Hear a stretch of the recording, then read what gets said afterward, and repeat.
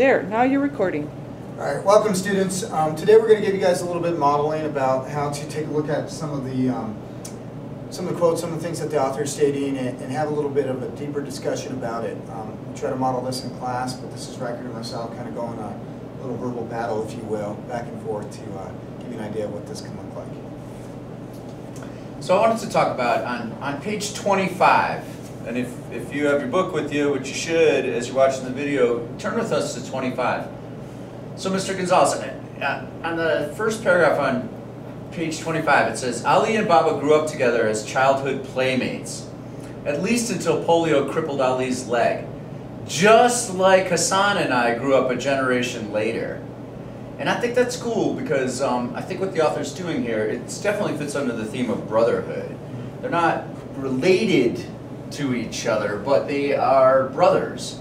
And also I think it's that cycle, right? Ali and Baba, brothers, one Pashtun, Baba, and one Hazara, Ali.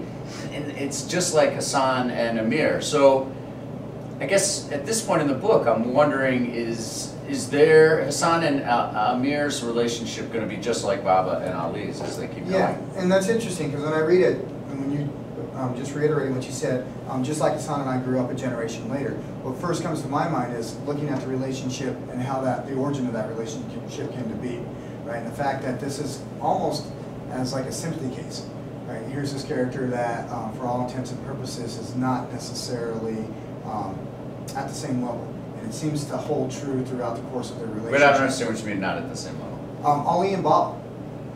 Oh. Yeah.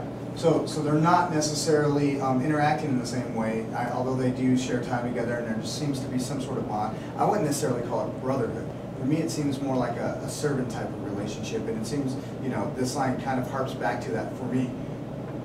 Right, and I think actually, oh, that's cool. That is cool. I think the author in the next paragraph actually kind of goes on that, right? So the next line in the next paragraph, it's just a one-sentence paragraph. But in none of his stories did Baba ever refer to Ali as his friend. So should we be surprised then that our central character Amir is having this internal conflict? No. Okay, with this concept or notion of, is this guy my should he not? Should I look at him the same? He's the only kid I play with. He's the only kid that appreciates the things that I do. Yet he happens to be from a different class. Yet he happens to live in the mud hut behind. Yet, you know, I'm kind of embarrassed when I'm around other people and he's in my presence, you know. And so there are a lot of different things that would suggest that, you know, this is not just isolated to the two young boys, but this is also something that's been passed on from the previous generation. So,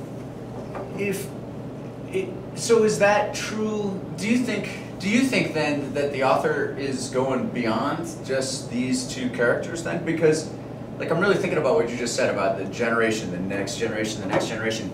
Could then, in your mind, then do Baba and Ali, and then the next generation, Hassan and Amir, as close but separated by race? Is he also talking then about Afghanistan as a whole, like the problems of racism within Afghanistan? Do these characters somehow represent Afghan history in general? I would suggest yes, and I would look at some of the previous chapters to support that, primarily when the two boys are walking to the cinema, right? And, and they cross the barracks, and, you know, he doesn't call out Amir, he calls out Hassan, right? And Hassan almost, it seems like, is looking to Amir to shield him, right? And Amir doesn't shield him until they're isolated once again. They're in a movie theater, and then Amir gives him the, you know, the couple of words. He puts his arm around him. Exactly, you know. But in the public sphere, Amir didn't do that, right? And I'm curious: it's just a little boy that's afraid to do that in a public sphere, or is there more to the story? You know, and the more to the story meaning class like system that is not allowing for this to be shown to all. Like racism and classism, and they like each other personally, but they're separated because of their society. Absolutely. Something like that. Absolutely. I mean, if you look at you know, even the soldier when he addresses the boy, you know, he calls him a Hazara boy. Right? Yeah. That's how he addresses him. I knew you well. Hey, Hazara boy, come here. You know, we know how the rest of that goes off. Yeah. Yeah. So I got another, and we're not going to maybe get too far, but I got one that that I've always wondered about, and I wonder what you think about. On page 26, 26, if you want to turn as you're looking here. 26, they talk about the fact that the boys, Hassan and Amir, love going to see Western movies. They go see Rio Bravo, which is a Western with John Wayne, right? They go to see The Magnificent Seven, also a Western about, you know, with a bunch of different characters and stuff.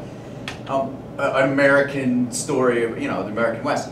Why do you think the author puts that in there? What's going on with the whole? I think it goes back to what you were just talking about, which is trying to shape or mold an identity for these characters. And for which characters? Well, for Afghanistan, citizens of Afghanistan, right? And kind of talking about how these individuals shortly are going to be placed in an environment where a lot of their freedoms are going to be stripped, right? And this kind of, you know, stripping of this Western belief or ideology.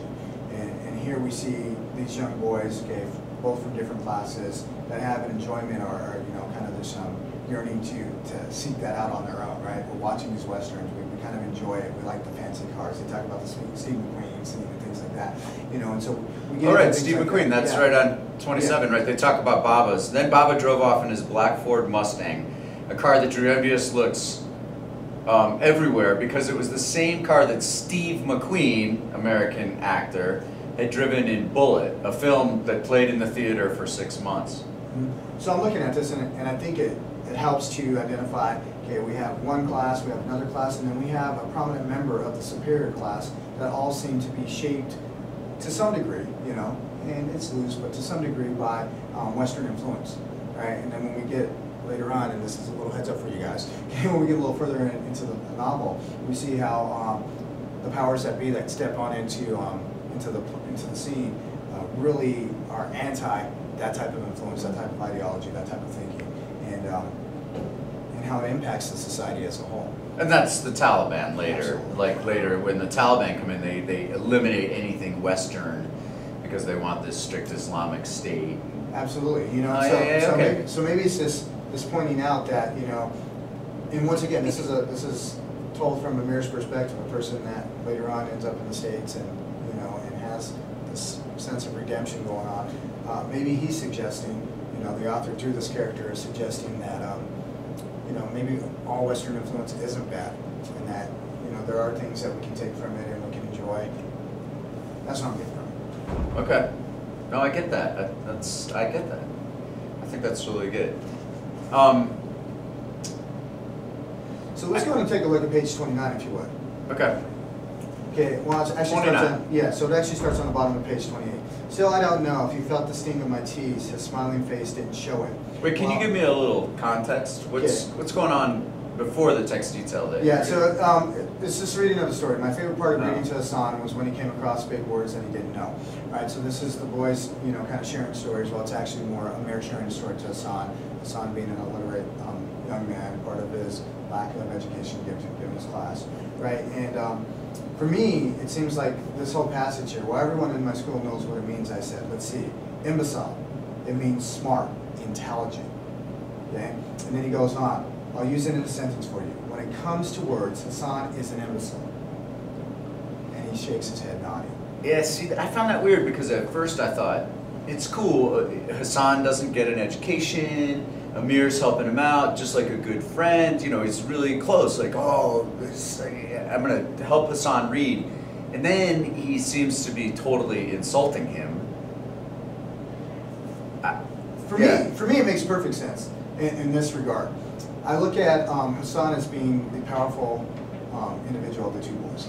Okay, he's the one in the relationship. Yeah, for all reasons, right? He seems to have Hassan, yeah, and I'm going to explain this. Okay. Yeah, he seems to have the characteristics that Baba desires of Amir, right? And so we have Amir who, when he has the opportunity to show his strength, which happens to be literature, reading, writing, okay, he seems to take advantage of that as a way to maybe, you know, self-assure him, you know, a skill set that, although his father doesn't seem desirable, although maybe society doesn't seem as desirable, it's something that is a strength, right? And he recognizes it in this isolated situation where I can go ahead and use a word like imbecile and say, oh, Hassan is an imbecile. Hassan kind of shakes his head and laughs and smiles. And like, well, that's a positive. But we all know, okay, that he's really taking a jab at this character because he's illiterate, because he doesn't know the comprehension of the word.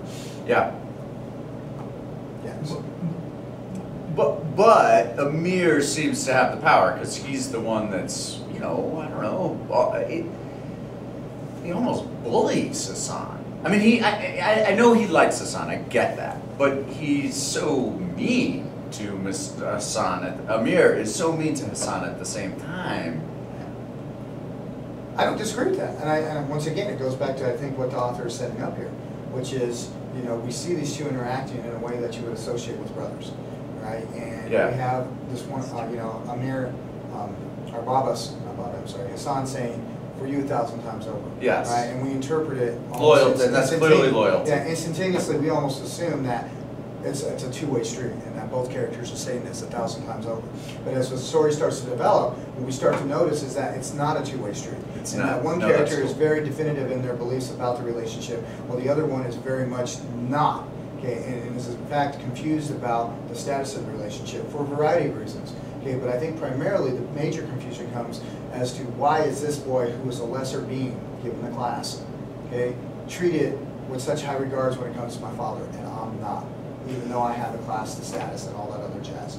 And so when they're in isolated situations and they're using his strength, you know, this is his opportunity to maybe lash out. Because physically, I don't think he feels he can lash out. Right? He's a guy who avoids conflict, physical conflict. Amir avoids physical conflict. Absolutely. Hassan's not afraid. No. Hassan's hardcore. Absolutely. He's tough. Yeah. He's tough physically, and that's what you're saying that Baba admires in Hassan. Yeah. And it just further destroys Amir's relationship. Absolutely. Because Amir is so desperate for Baba's attention. Absolutely. Like at the lake when he said, "Dad, I have cancer," and Dad just blows him off. Yeah. Right, and so that it pisses off Amir even more that Baba pays more attention to Hassan. Absolutely. And do you think that's why why the author has Amir do things like the imbecile things? Absolutely. That's why he has Amir so mean. Well, I think that's why he has Amir, you know, kind of pass the blame toward Hassan often. Yeah. You know, when we're looking at this, it's kind of that defense mechanism of, you know, once again, here's my opportunity to show my power, right? You can't speak out against me because, in all reality, even though we hang out together, you are my servant. Yep. And like even on page, I think it's like on page 3, when they get in trouble for shining the mirror and shooting the one-eyed German Shepherd, Hassan takes the blame. Yeah. And even though it was Amir's idea, and Amir never stands up. Absolutely. That's one of the reasons I hate Amir. I gotta say. There's something about that guy that's a little slimy. Well, what I don't like about Amir is that he never seems to be assertive. You know, and I think that's what lacks in this character, and why he's really an unlikable character, is that you would expect for this character to be one that can stand up for himself, right? He has strength in isolated situations, but when it comes to Amir, yeah. Well, he's also got political power, not like politics, but he's rich, he's a Pashtun, he's got everything going for him, and yet he's a weenie. Well, he's a weenie in their society's eyes. I mean, let's be certain of that. I mean, not every person needs to be a fighter in order to be strong. And I think that's what he's crying out to his father. I think that's what he's crying out to you, the reader, is that here are some strengths that people aren't looking at as strengths. But gosh dang it, you know, I do have some attributes that are, you know, worthwhile. He's a weenie.